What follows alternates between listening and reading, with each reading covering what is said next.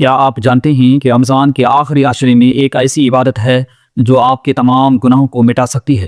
ایک ایسی نماز جس کے ذریعے رحمت، مغفرت اور نجات کے دروازے کھل جاتے ہیں۔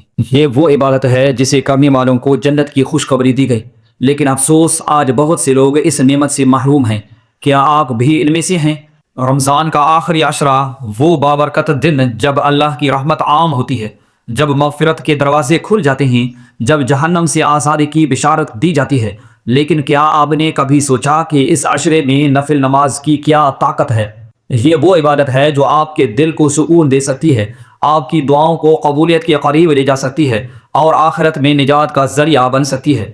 نبی کریم صلی اللہ علیہ وسلم کی سنت اور صحابہ کرام کی عادت تھی کہ وہ رمضان کے آخری دنوں میں عبادات کو بڑھا دیتے، خاص طور پر نفل نماز کو۔ لیکن آج ہم موبائل میں مصروف ہیں، دنیاوی الجھنوں میں کھو چکے ہیں اور اس انمول خزانے کو ضائع کر رہے ہیں۔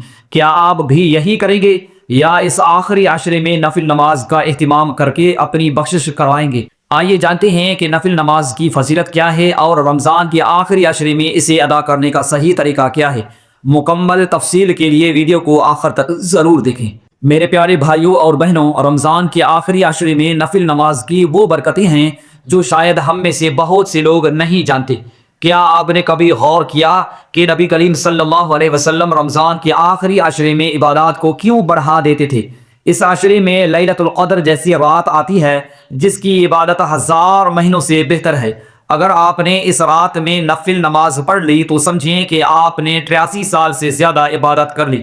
لیکن افسوس، آج کے دور میں ہم راتیں جاگ کر موبائل اسکرین پر وقت ضائع کرتے ہیں، فضول باتوں میں پڑے رہتے ہیں، جبکہ رحمت کے دروازے کھلے ہوتے ہیں۔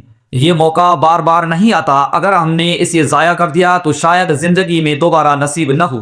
اس لیے ابھی سے نیت کر لیں کہ اس آخری عشرے میں ہم نفل نماز کو اپنی روٹین بنائیں گے، اللہ سے مغفرت مانگیں گے اور اپنی بخشش کا راستہ ہموار کریں گے۔